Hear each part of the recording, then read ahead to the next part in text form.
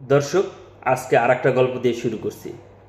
দুই বিয়ে যৌবন বয়সে অনেক অকাম সাকাম করছে, মানুষের অনেক হক নষ্ট করছে। শেষ বয়সে এসে মনে হইল তারা হজ করবে, যে হজ করিয়া তাদের পূর্বের যে রেকর্ড এগুলো একেবারে ধুইয়া মিশে ফেলাইবে। যেই ভাবনা সেই কাজ। তো দুই বিয়েই হজ করতে চলে গেল, হজ করে ফেরতও আসলো, কিন্তু আশায় ঘুরে বেলি কেউ আর তাদেরকে হাজি সাহেব বলে ডাকে না। দুই বিয়ের মনে তো তীব্র ক্ষোভ, ব্যাপারটা হইলটা কি, কেউ আমাদেরকে হাজি সাহেব করে একটু ডাকবে সেটা ডাকে না।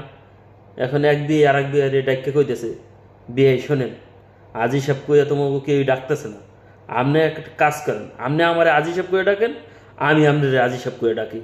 শালার দেখ পেলে দেখা দিই সবাই এসে হাজি সাহেব করে ডাকবে। এখন এই গল্পটা এই জন্যই দর্শক আজকে টেনে নিয়ে আসলাম। এনসিপির অবস্থা হয়েছে সেই অবস্থা, তারা নিজেদেরকে অনেক বড় দল মনে করতেছে, কিন্তু আসলে তো তারা অনেক বড় দল না, তাদের ভোট 1-2% থাকলেও থাকতে পারে।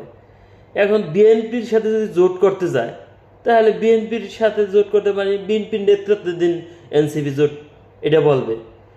আবার জামাতের সাথে জোট করতে গেলে সেম, জামাতের নেতৃত্বে এনসিপি আর কি জোটে আছে।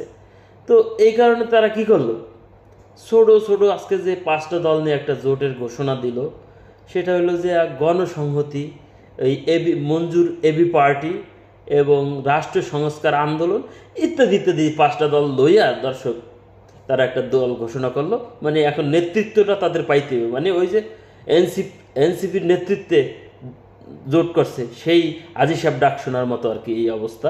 তাই এই যে তাদের অবস্থা দর্শক, এনসিপি যে আরও কত খেলা দেখাইবে সেই জন্য একটু আমাদের অপেক্ষা করতে হবে।